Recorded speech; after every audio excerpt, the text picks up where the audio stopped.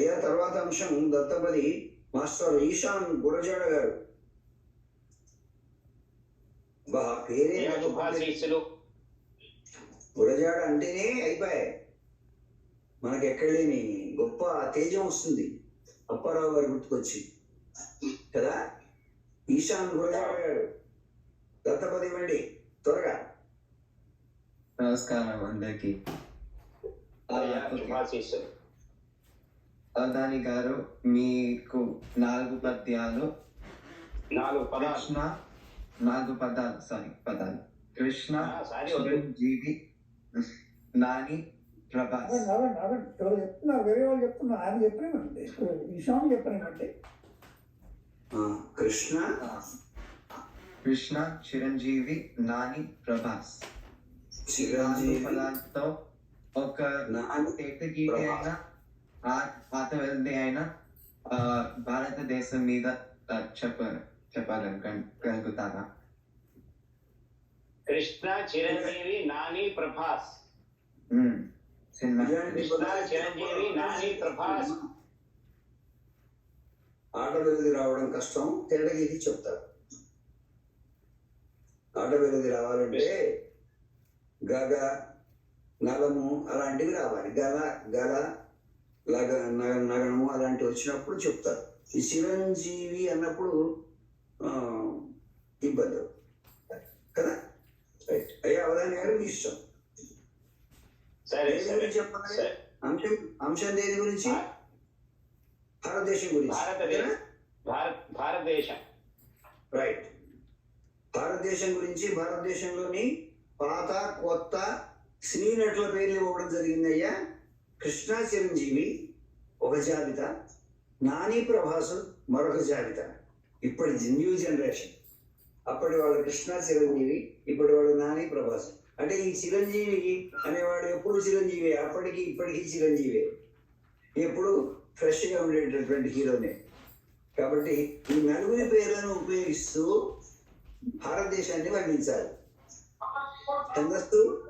ఛందస్సు తేటగేది కానీ ఆటవెల్ది కానీ ఇవ్వడం జరిగింది. వారు మీ ఇష్టం వచ్చింది ఎన్నుకొని చెప్పండి.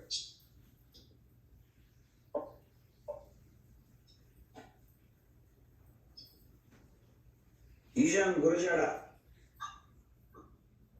ఇప్పుడు చెప్పే పద్యం ఏదో నువ్వు చెప్పాలి, అది గుర్తుపెట్టుకో. గణాలు ఏదో చూసి అది ఏ పద్యం చెప్తున్నాడో చూడు. సరే.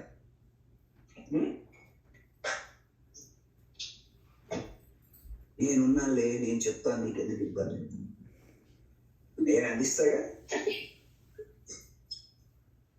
మనం ఒకటే.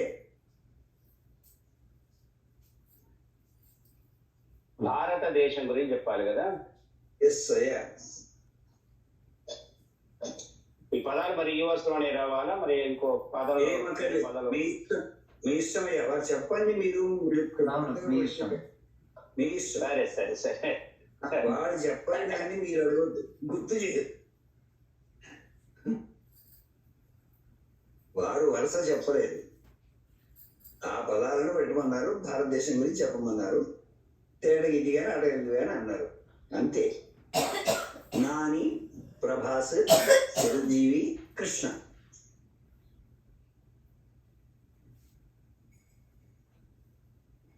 నమస్కారం ప్రధాని గారు. చెప్పండి. మరొక సందేహం. మహాభారతంలో భీముడికి బలం ఎక్కువ లేక హనుమంతుడికి బలం ఎక్కువ? భారతంలో హనుమంతుడు ఉన్నాడా? అది భీముడికి హనుమంతుడికి బలం ఎక్కువ. ఎవరికి బలం ఎక్కువ అని అడుగుతున్నారు. అదే వాళ్ళిద్దరిట్లో ఎవరు బలవంతుడు? వాళ్ళిద్దరు పురాణ పురుషులయ్యా. వారిద్దరి తండ్రి వాయుదేవుడి. ఇద్దరికి బలమే.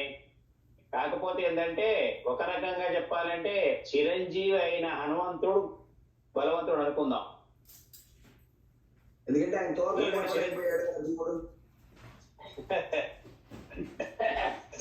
కలిసాడు కాబట్టి హనుమంతుడే బలవంతుడు. నిన్ననే ఆయన పుట్టినరోజు కూడా జరుపుకున్నాం బ్రహ్మాండంగా. అవునా, హనుమాన్ జయంతి జరుపుకున్నాం. జయ హనుమాన్. జయ హనుమాన్. భరతమాత భరతమాత భరతమాత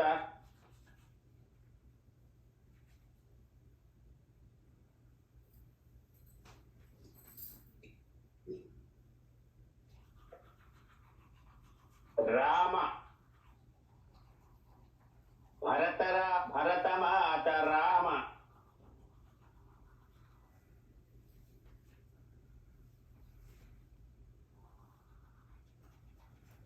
భరతమాత రామ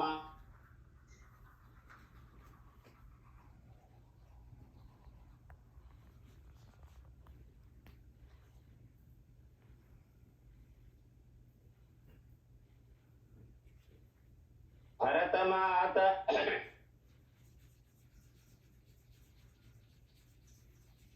భరతమాత రామ రామ బాణశక్తిని కృష్ణ భరతమాత రామ బాణశక్తిని కృష్ణ భరతమాత రామ బాణశక్తిని కృష్ణ. కృష్ణ గురజాడు అడిగినట్టుగానే మొదటి పాదం వచ్చేసింది. ఇది ఏ పద్య పాదం అయ్యా?